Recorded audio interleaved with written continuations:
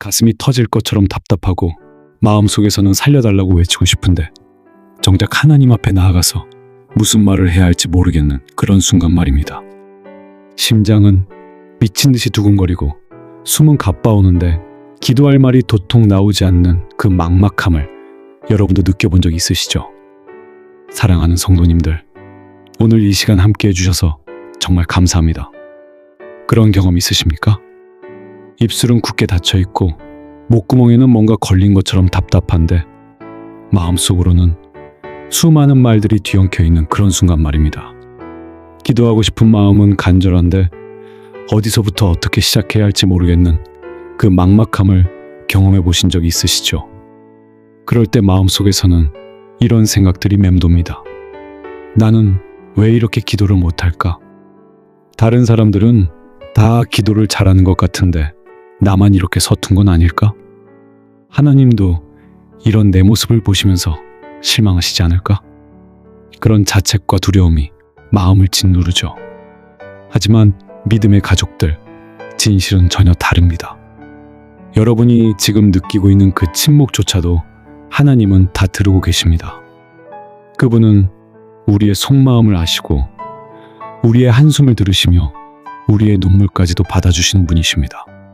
성경 빌립보서 4장 6절에서 사도 바울은 이렇게 말씀하고 있습니다. 아무것도 염려하지 말고 오직 모든 일에 기도와 간구로 너희 구할 것을 감사함으로 하나님께 아뢰라고 말입니다. 이 말씀을 보시면 알 수 있듯이 기도는 선택된 몇 사람만의 특권이 아닙니다. 누구나 어디서나 그분의 자녀라면 언제든지 나아갈 수 있는 자리입니다. 하나님은 우리가 완벽한 기도를 드리기를 기다리시는 게 아니라 우리의 진심 어린 마음을 받으시기 원하십니다. 많은 분들이 기도를 어려워하시는 이유가 뭘까요? 첫 번째는 완벽한 표현을 써야 한다고 착각하기 때문입니다. 마치 시험 답안을 쓰듯이 문법에 맞고 논리적이고 아름다운 문장으로 기도해야 한다고 생각하시는 거죠. 두 번째는 형식이 맞지 않으면 하나님이 안 들어주실까봐 두려워하기 때문입니다. 그런데 사랑하는 성도님들, 하나님은 우리의 문장을 평가하시는 분이 아닙니다. 우리 마음의 진심을 기다리십니다. 마치 어린아이가 아버지에게 서툰 말로 아빠 나 힘들어요 라고 말할 때 그 아버지는 아이의 말솜씨를 평가하는 게 아니라 아이의 마음을 먼저 보는 것과 같습니다. 성경을 보면 다윗이 시편에서 어떻게 기도했는지 알 수 있습니다. 그는 때로는 눈물과 탄식으로, 때로는 기쁨과 찬양으로 가리지 않고 자신의 마음을 하나님께 쏟아냈습니다. 예수님조차도 겟세마네 동산에서 내 마음이 심히 고민하여 죽게 되었다고 고백하시며 아버지 하나님께 부르짖으셨습니다. 이것이 바로 진정한 기도의 모습입니다. 하나님은 우리의 신음까지도 들으시는 분입니다. 우리가 말로 표현할 수 없는 깊은 고통도, 마음속 깊은 곳의 외로움도, 아무도 모르는 두려움도 다 아시고 계십니다. 그러니까 완벽하지 않아도 괜찮습니다. 서툴러도 괜찮습니다. 중요한 건 진심입니다. 기도는 배워서 시험 치르듯 완성하는 것이 아닙니다. 드리면서, 부르짖으면서 점점 깊어지는 길입니다. 예수님이 제자들에게 주기도문을 가르쳐 주신 것도 그런 이유에서였습니다. 처음엔 따라하면서 배우면 되는 겁니다. 중요한 건 그 순간 내 마음을 주님께 활짝 열어드리는 것입니다. 어떤 분은 이렇게 말씀하실지도 모릅니다. 목사님, 그래도 뭔가 기준이 있어야 하지 않겠습니까? 어떻게 기도해야 하는지 알고 싶습니다. 물론입니다. 기도에도 방향이 있고 순서가 있습니다. 하지만 그것이 딱딱한 공식이나 암기해야 할 주문은 아닙니다. 생각해 보세요. 여러분이 가장 사랑하는 사람과 대화할 때 미리 대본을 준비하고 대화하십니까? 그렇지 않죠. 마음에서 우러나는 대로 자연스럽게 이야기하시지 않습니까? 기도도 마찬가지입니다. 하나님과의 대화입니다. 딱딱한 의식이 아니라 살아있는 관계 속에서 나누는 진솔한 대화입니다. 그런데 왜 우리는 기도할 때만 긴장하고 어색해 할까요? 그것은 하나님을 멀리 계신 분으로 생각하기 때문입니다. 무서운 재판관이나 까다로운 상관처럼 생각하기 때문입니다. 하지만 성경이 말하는 하나님은 우리의 아버지십니다. 우리를 사랑하시는 아바 아버지십니다. 로마서 8장 15절에서 성령은 우리를 종의 영이 되게 하지 아니하고 양자의 영이 되게 하셨다고 말씀합니다. 그래서 우리가 아바 아버지라 부르게 된다는 것입니다. 이 얼마나 놀라운 특권입니까? 우주의 창조주이신 하나님을 아버지라고 부를 수 있는 특권 말입니다. 사랑하는 성도님들, 오늘 여러분과 함께 그 놀라운 기도의 길을 걸어가려 합니다. 이것은 단순한 종교적 의식이 아닙니다. 여러분의 마음을 하나님께 맡기고 막힌 길을 여는 열쇠가 될 거예요. 여러분의 답답함을 시원하게 풀어주고 막막한 현실에 새로운 길을 내주는 하나님의 능력을 경험하게 될 겁니다. 잠시 깊게 숨을 들이마시고 천천히 내쉬어 보세요. 마음속에 있는 온갖 잡념과 걱정거리들을 내려놓으시기 바랍니다. 지금 이 순간만큼은 오직 하나님과 여러분만 있다고 생각해 보세요. 그분이 여러분의 마음 문을 두드리고 계십니다. 그 문을 열어드릴 준비가 되셨습니까? 지금부터 우리는 기도의 문으로 첫 발을 내딛습니다. 두려워하지 마세요. 하나님은 여러분을 기다리고 계십니다. 여러분의 서툰 기도라도 귀하게 받으실 분이십니다. 함께 그 은혜의 자리로 나아가 보시죠. 첫 번째로 우리가 함께 나눠보고 싶은 것은 삶의 무겁고 현실적인 문제들을 가지고 하나님 앞에 나아가는 기도입니다. 여러분, 혹시 매달 돌아오는 생활비 때문에 잠 못 이루는 밤이 있으십니까? 카드 대금 고지서를 받아들고 한숨이 나오는 경험이 있으십니까? 자녀 학비며 부모님 병원비며 이런저런 돈 나갈 일들만 생각하면 숨이 막힐 만큼 답답해지는 그런 순간 말입니다. 그럴 때 우리는 주님께 이렇게 기도하고 싶어집니다. 주님, 더는 감당할 힘이 없어요. 도대체 언제까지 이렇게 살아야 할까요? 하지만 정작 기도할 때는 이런 현실적인 이야기를 하는 게 맞나 싶어서 머뭇거리게 되죠. 그런데 하나님은 우리의 이런 현실적인 고민들을 다 알고 계십니다. 빌립보서 4장 19절에서 바울 사도는 이렇게 약속하고 있습니다. 나의 하나님이 그리스도 예수 안에서 그 풍성한 대로 너희 모든 쓸 것을 채우시리라고 말입니다. 여기서 중요한 것은 기도가 단순히 돈을 구하는 행위가 아니라는 점입니다. 하나님을 우리 삶의 진정한 공급자로 인정하며 두려움 대신 신뢰를 선택하는 자리라는 것입니다. 내 힘으로는 안 되지만 하나님의 손길이면 가능하다는 믿음으로 나아가는 것입니다. 사랑의 아버지, 하나님, 오늘 제 앞에 놓인 재정의 무게가 너무 무겁습니다. 한 달 생활비부터 시작해서 자녀들 교육비, 부모님 용돈, 병원비까지 생각하면 머리가 지끈거리고 가슴이 답답해집니다. 그러나 주님, 저의 작은 손길보다 크신 하나님의 손길을 믿습니다. 필요한 것들을 채워주시되 무엇보다 염려가 제 마음을 삼키지 못하도록 평안을 주시기 바랍니다. 제가 가진 것이 비록 작더라도 정직과 성실함으로 주님의 나라를 위해 사용할 수 있게 도와주소서. 두 번째로 함께 나누고 싶은 것은 가정과 관계를 위한 기도입니다. 믿음의 가족들, 가정이라는 단어를 들으면 어떤 느낌이 드십니까? 어떤 분에게는 따뜻한 안식처가 되지만 어떤 분에게는 오히려 더 큰 상처가 되는 곳이 가정이기도 합니다. 부부 사이에 쌓인 오해와 서운함, 자녀와의 갈등, 시댁 처가와의 복잡한 관계들까지 생각하면 기도할 것들이 한두 가지가 아니죠. 특히 요즘 같은 시대에는 가족들이 한자리에 모여 있어도 각자 스마트폰만 들여다보고 있는 경우가 많습니다. 대화는 줄어들고 오해는 쌓여가고 서로의 마음은 점점 멀어져 가는 것 같아 안타까울 때가 많습니다. 그런데 성경 베드로전서 4장 8절에서는 이렇게 말씀하고 있습니다.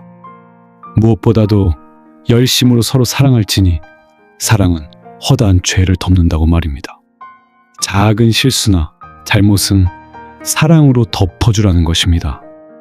기도는 우리 가정의 상처를 치유하고 깨어진 관계를 회복하는 하나님의 능력이 흘러가는 통로입니다.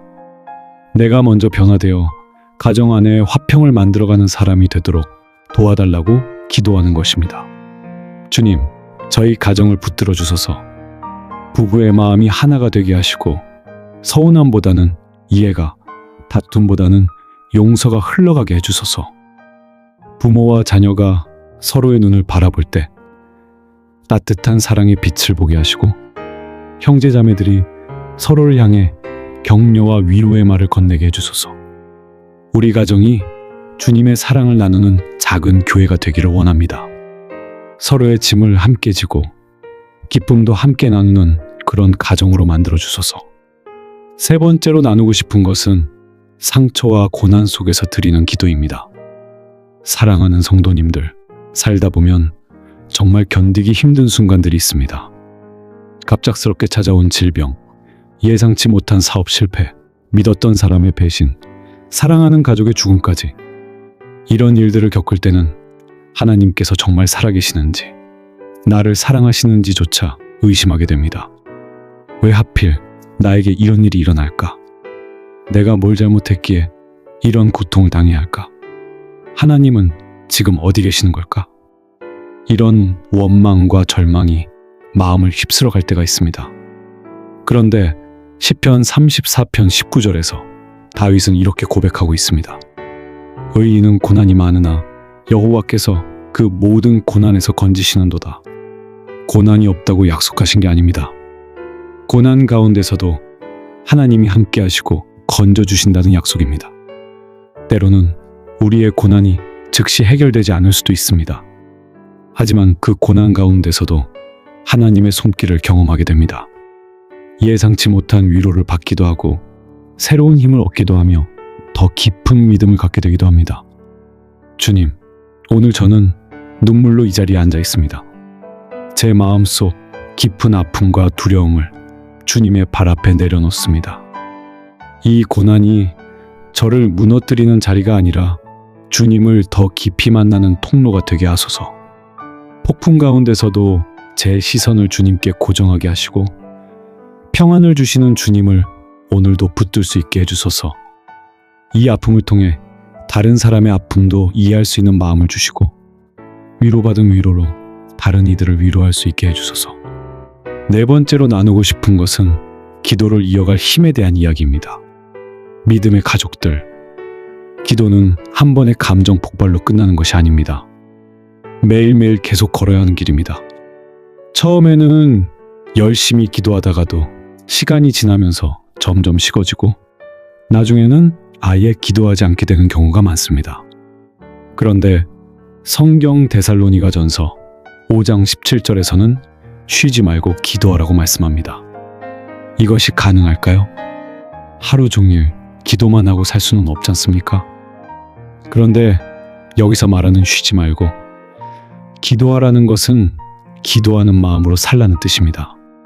아침에 눈을 뜨면 주님, 오늘도 제 삶을 맡깁니다 라고 고백하고 밥을 먹을 때는 이 음식 주셔서 감사합니다 라고 마음으로 기도하고 일할 때는 주님, 이 일 통해 영광 받으세요 라고 기도하며 저녁에는 오늘도 은혜였습니다 라고 감사하는 것입니다. 기도가 멈추지 않도록 성령님께서 우리 안에서 작은 불씨를 계속 살려주십니다. 그 불씨가 오늘 여러분의 심령 속에서 활활 타오르기를 바랍니다. 기도는 하늘의 문을 여는 손길입니다. 주님 앞에 여러분의 마음을 그대로 쏟아놓으세요. 완벽하지 않아도 괜찮습니다. 서툴러도 괜찮습니다. 하나님은 여러분의 진심을 받으실 겁니다. 지금 이 순간이 바로 기도가 여러분의 삶의 무게를 넘어서는 시작점입니다. 기도를 통해 하나님의 능력이 여러분의 현실 속으로 흘러들어오기 시작할 것입니다. 두려움이 평안으로, 절망이 희망으로, 외로움이 동행의 기쁨으로 바뀌어 갈 것입니다. 첫 번째로 함께 나누고 싶은 것은 우리의 소중한 자녀들을 위한 기도입니다. 사랑하는 성도님들, 자녀를 키우는 부모의 마음이 어떤지 아시죠?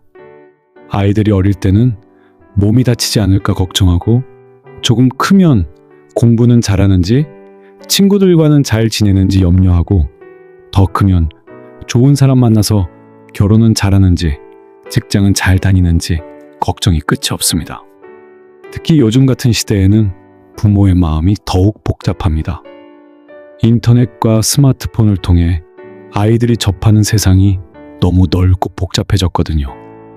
부모 눈에 보이지 않는 곳에서 아이들이 어떤 영향을 받고 있는지, 어떤 친구들과 어울리고 있는지, 어떤 생각을 하며 자라고 있는지 알기가 어렵습니다.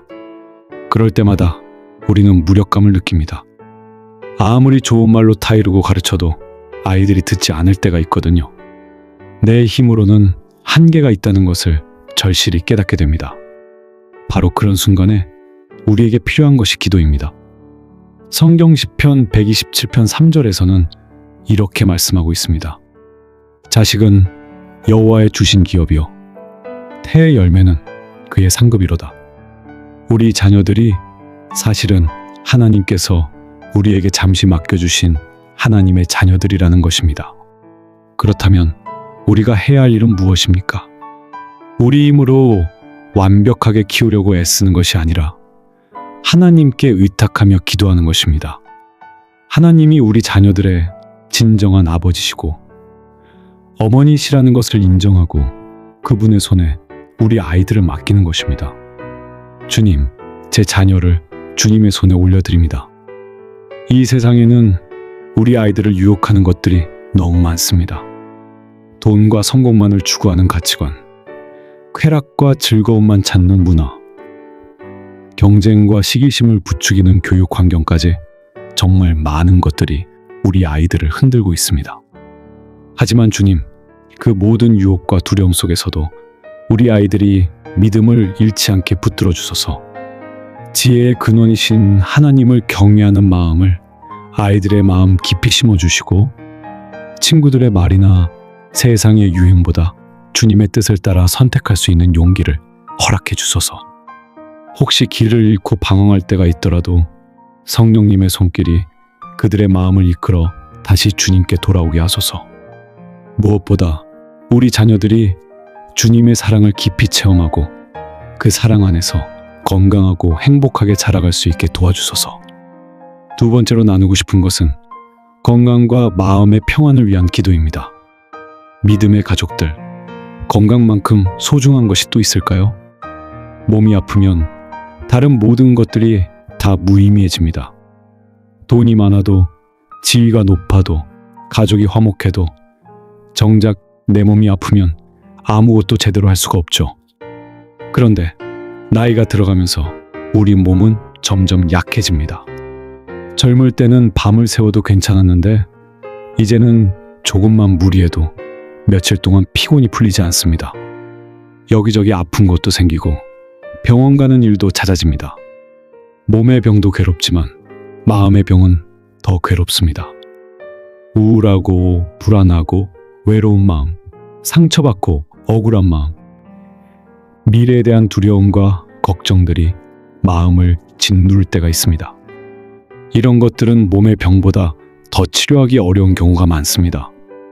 그런데 하나님은 우리의 육신뿐만 아니라 지친 마음까지도 고치시는 분입니다.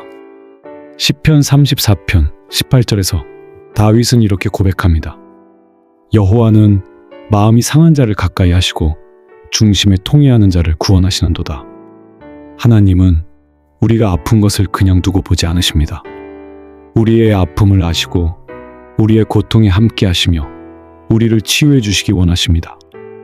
때로는 즉시 나아지기도 하고 때로는 시간이 걸리기도 하지만 분명한 것은 하나님이 우리와 함께 하신다는 사실입니다.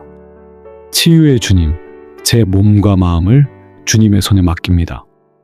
아픈 부위마다 주님의 따뜻한 손길이 닿아서 새로운 힘을 얻게 해주소서.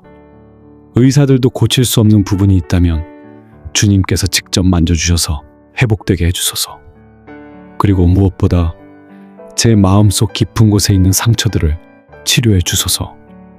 두려움 대신 평안이, 불안 대신 확신이, 절망 대신 희망이 자리 잡게 해주소서. 오늘도 주님이 저의 삶의 주치의이시라는 것을 믿으며 제 심령이 주님의 평강 안에서 편안히 숨 쉴 수 있게 해주소서. 아픔을 통해서도 주님을 더 깊이 의지하게 하시고 다른 사람들의 아픔을 이해하고 위로할 수 있는 마음을 주소서.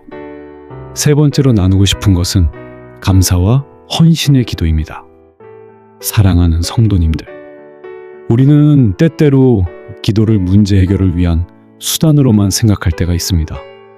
뭔가 어려운 일이 생겼을 때만 급하게 하나님을 찾고 일이 잘 해결되면 다시 기도를 소홀히 하는 경우가 많죠. 하지만 진정한 기도는 문제 해결을 위한 도구만이 아닙니다. 우리가 이미 받은 은혜를 기억하고 감사드리며 그 은혜에 보답하는 마음으로 우리의 삶을 주님께 드리겠다고 결단하는 자리이기도 합니다. 생각해 보세요. 지금까지 살아오면서 하나님께서 우리에게 베풀어 주신 은혜들이 얼마나 많습니까? 건강하게 태어날 수 있었던 것, 좋은 부모님 밑에서 자랄 수 있었던 것, 학교에 다니고 공부할 수 있었던 것, 좋은 사람들을 만날 수 있었던 것, 직장을 구해서 일할 수 있었던 것, 가정을 이루고 자녀를 낳아 기를 수 있었던 것까지 하나하나 따져보면 당연한 것이 하나도 없습니다. 모두가 하나님의 은혜요, 축복입니다. 그런데 우리는 너무 당연하게 여기며 감사할 줄 모를 때가 많습니다.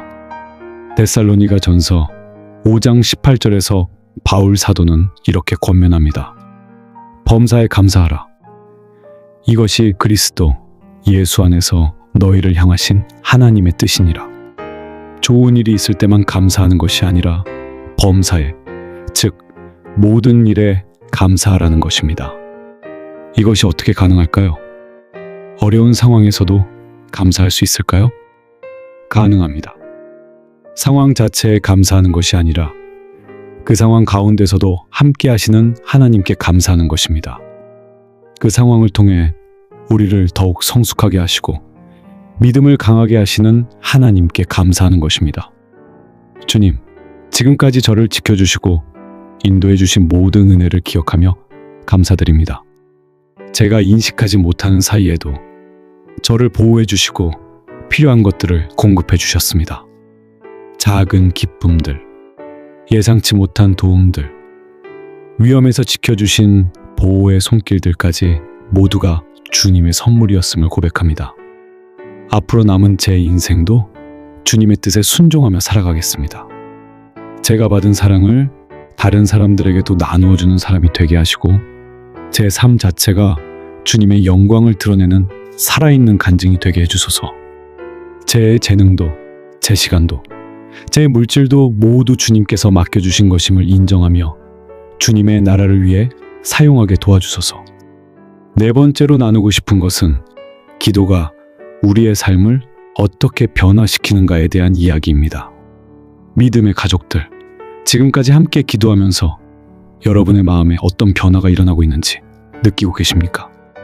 처음에는 답답하고 막막했던 마음이 조금씩 가라앉고 평안이 찾아오기 시작하지 않았습니까? 이것이 바로 기도의 능력입니다. 기도는 단순히 말로만 끝나는 것이 아닙니다. 우리의 생각을 바꾸고 마음을 새롭게 하며 앞으로 나아갈 길을 열어주는 하나님의 능력이 역사하는 통로입니다. 기도는 우리의 문제들을 즉시 모두 해결해 주지는 않을 수도 있습니다. 여전히 경제적인 어려움이 있을 수도 있고 가정의 갈등이 남아 있을 수도 있으며 건강상의 문제가 계속될 수도 있습니다.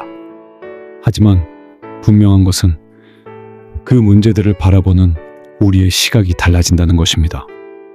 두려움에 압도당하지 않고 절망에 빠지지 않으며 혼자라는 외로움에 무너지지 않게 됩니다.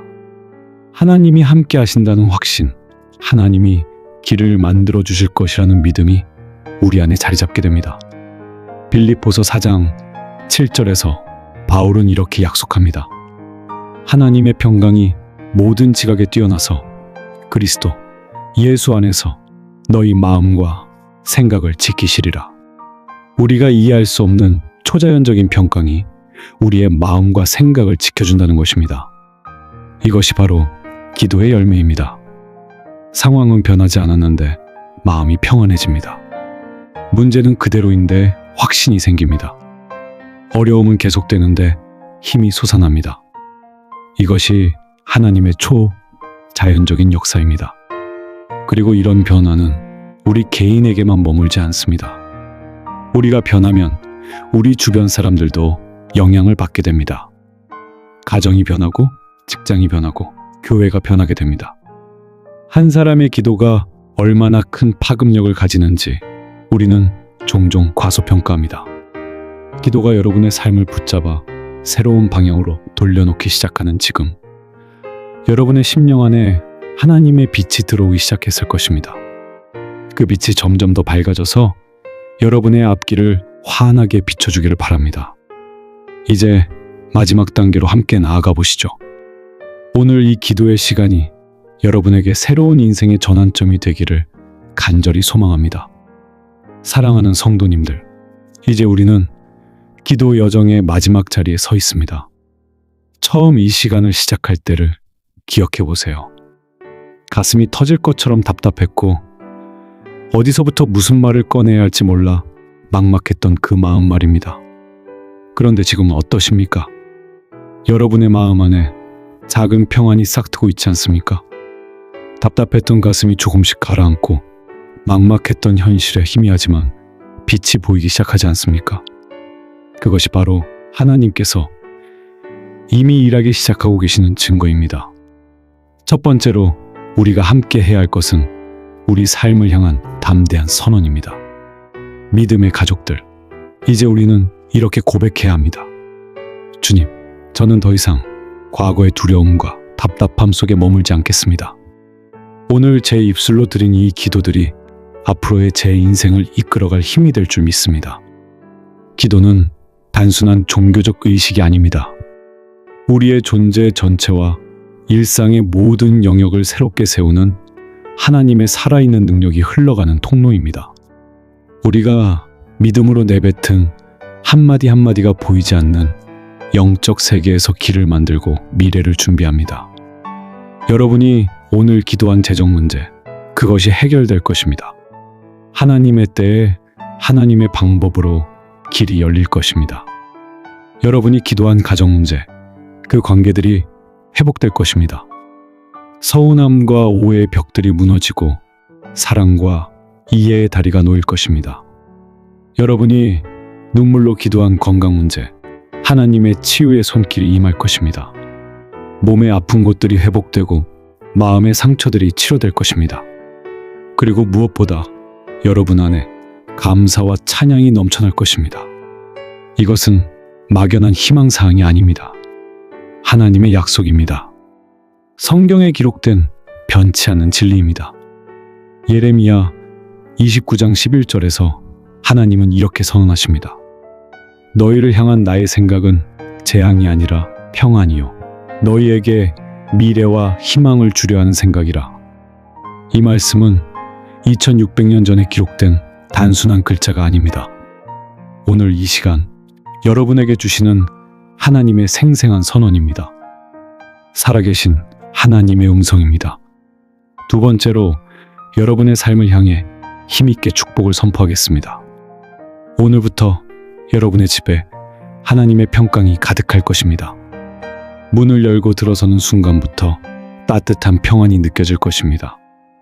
가족들 사이의 다툼 대신 웃음이, 서운함 대신 이해가, 냉랭함 대신 따스함이 흘러갈 것입니다. 여러분의 일터에도 하나님의 축복이 임할 것입니다. 어려운 동료들과의 관계가 개선되고 막혔던 일들이 해결되며 새로운 기회들이 열릴 것입니다. 여러분을 통해 그 직장에 하나님의 사랑이 흘러갈 것입니다. 여러분의 건강도 회복될 것입니다. 지금 당장 모든 병이 다 낫지는 않을 수도 있지만 분명히 하나님의 치유하시는 능력이 여러분의 몸과 마음을 만져주실 것입니다. 그리고 그 과정에서 더욱 강한 믿음을 갖게 될 것입니다. 무엇보다 여러분의 마음 깊은 곳에 하나님의 사랑이 뿌리 내릴 것입니다. 더 이상 외롭지 않을 것입니다. 더 이상 두렵지 않을 것입니다. 하나님이 여러분과 함께 하신다는 확신이 여러분의 매일매일을 지배할 것입니다. 주님께서 여러분의 눈물을 닦아주시고 지친 발걸음에 새 힘을 불어넣어 주실 것입니다. 여러분의 가정은 회복에 살아있는 증거가 되고 여러분의 기도는 자녀들과 이웃들을 살리는 생명의 씨앗이 될 것입니다. 이 모든 것이 여러분의 노력이나 능력 때문이 아닙니다. 오직 하나님의 은혜요, 하나님의 사랑이요, 하나님의 능력입니다. 그 놀라운 축복이 지금 이 순간부터 여러분의 삶 위에 임하고 있습니다. 세 번째로 기도로 사는 사람의 다짐을 함께 나누겠습니다. 사랑하는 성도님들, 기도는 오늘 이 시간으로 끝나는 것이 아닙니다. 이제부터가 진짜 시작입니다. 매일매일 계속되어야 하는 우리의 생활 방식입니다. 내일 아침 눈을 뜨면 가장 먼저 이렇게 고백하세요. 주님, 오늘도 제 삶을 주님의 손에 맡깁니다. 제가 만날 사람들, 제가 해야 할 일들, 제가 내려야 할 결정들을 모두 주님께 의탁합니다. 하루 종일 일하면서도 기도하는 마음을 잃지 마세요. 어려운 일이 생기면 즉시 주님께 도움을 구하고 기쁜 일이 생기면 바로 감사를 드리세요. 사람들을 만날 때마다 그들을 축복해달라고 마음으로 기도하세요. 저녁에 하루를 정리하면서는 이렇게 고백하세요. 주님, 오늘도 은혜였습니다. 비록 완벽하지 못했지만 주님께서 함께 해주셔서 이 하루를 무사히 보낼 수 있었습니다. 감사합니다. 이런 반복이 여러분의 삶을 견고하게 세울 것입니다. 어떤 폭풍이 몰아쳐도 흔들리지 않는 튼튼한 믿음의 집을 짓게 될 것입니다. 기도가 여러분의 호흡이 되고 기도가 여러분의 생활이 될 것입니다. 그리고 이런 여러분을 보며 다른 사람들도 변화될 것입니다. 여러분의 가족이 기도의 능력을 목격하게 될 것이고 여러분의 동료들이 하나님의 사랑을 경험하게 될 것입니다. 한 사람의 기도가 얼마나 많은 사람들에게 영향을 미치는지 여러분은 직접 보게 될 것입니다. 네 번째로 마지막 헌신의 기도를 함께 드리겠습니다. 주님, 오늘 저는 이 자리에서 새로운 인생의 출발을 선언합니다. 두려움과 절망의 자리에 더 이상 머물지 않고 주님이 예비해 놓으신 축복의 길로 믿음의 발걸음을 힘차게 내딛겠습니다. 제 가정을 주님의 손에 완전히 맡깁니다.